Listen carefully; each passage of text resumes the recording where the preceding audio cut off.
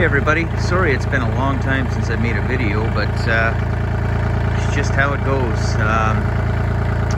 We've had a busy fall, and with everything that's going on in the world, I just haven't gotten around to it with work. But I wanted to make a video showing my snowplow setup and how I have it set up. It's taken me 3 years to get it this way, and I'll explain why. So let me shut the tractor off here.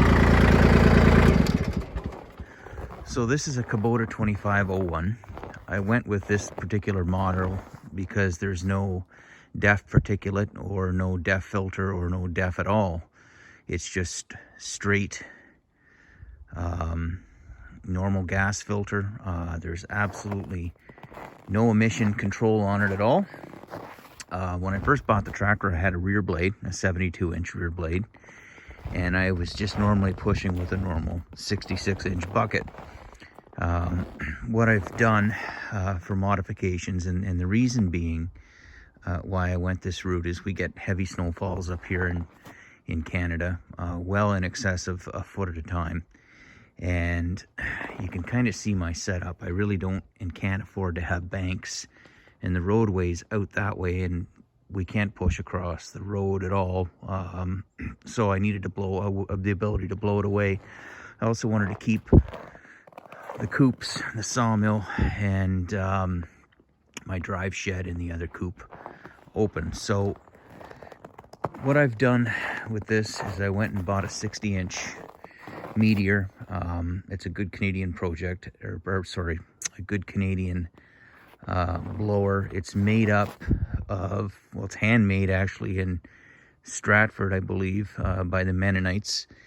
And it's one of the better ones to have up here in Canada. I know they sell them down in the States. I also put a set of rear chains and a set of front chains on it.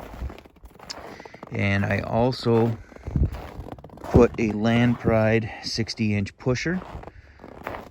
I added this back drag, and I just added this plate more for support, but when we're back dragging, it won't spill over. I wanted some hooks on here, so I put some hooks on. And I really like the setup. Now, we haven't had a whole lot of snow. It's been unseasonal here. But the problem in Canada here is we get so much ice. You can see there's ice everywhere. It's been unseasonal the last few years. We've get -20 and then +5 and then -20 and +5. So you get this tremendous amount of ice built up. I found I needed the chains. More so when I put the blower and the pusher on, because it upset the balance a little bit. So hopefully here in the next few days, I can give you guys a demonstration on how this thing works and how it moves snow, and how far this little sucker will actually push it. It'll push snow or blow snow, at least 40 to 50 feet. That's kind of what I'm looking at. So that's my setup. If anybody has any questions, please ask. I guess I should say too, on this particular model with the 2501, I had to actually put wheel spacers in, and I had to offset the tire. It just wasn't enough room for the chain to get in. And in the future, and I'm not going to do it now, but I do plan on welding some spurs onto these chains, both fronts and backs.